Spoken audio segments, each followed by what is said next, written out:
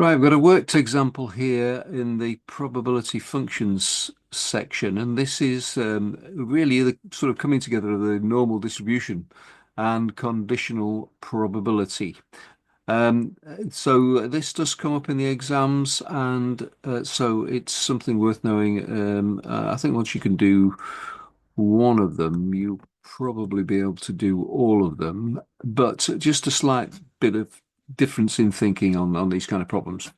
Okay, so let's have a look. The lifetime L hours of a battery has a normal distribution, mean 18 hours and standard deviation 4 hours. That's of one battery.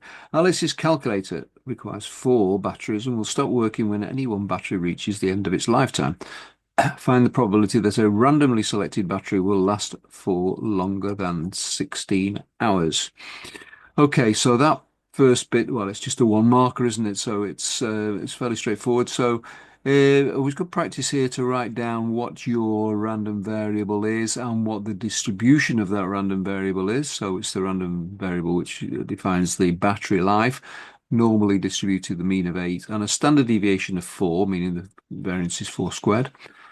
So just from our calculator, we can calculate that the probability that x is going to be greater than 16 is equal to 0.6915. Okay, so that's fairly straightforward. Um, then he goes on to say, at the start of her exams, Alice put four new batteries in her calculator. She has used the calculator for 16 hours, but has another 4 hours of exams to sit. Find the probability that her calculator will not stop working for Alice's remaining exams. Obviously, if she's going to be doing stats, then it's going to be a bit of a disaster if her calculator stops working. Let's have a look. The probability, therefore, that any one battery, we're just looking at one battery in the first place, will last for more than 20 hours, given that it's already lasted for 16 hours. We could write it as this, okay? Probability that x is greater than 20, given that it is greater than 16. Right. Now this is where we can apply Bayes' rule. In actual fact, we don't need to worry too much about Bayes' rule because it's a little bit of common sense in here. Um, but we're going to what we're going to do is we're going to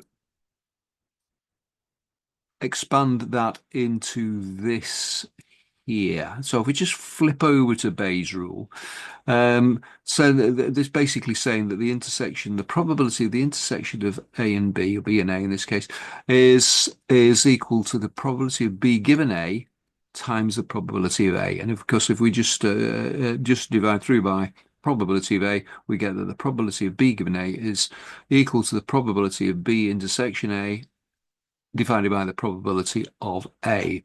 So that if we apply our B in this case to x is greater than 20 and A is x is greater than 16, then the probability of the intersection divided by the probability that x is greater than 16 is what we're looking for. And of course, the probability that x is greater than 20 and greater than 16 just means that the probability of x is greater than 20.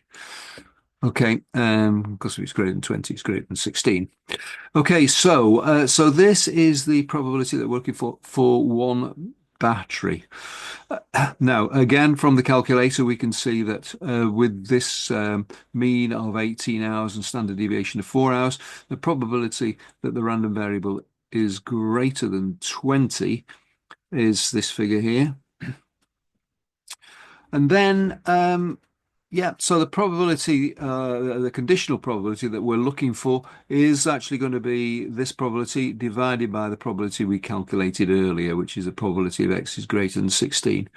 So why is this? Sort of intuitively, when we work out probabilities, we kind of don't think of it this way, but essentially what we're doing is we're comparing the amount of probability of something to the probability of the whole probability space.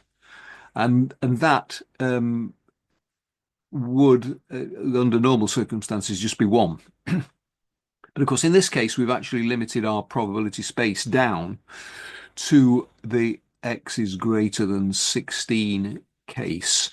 So instead of dividing by 1, in this particular case, we're going to divide this probability that we've calculated by the probability space that we're kind of left with after we've applied the condition.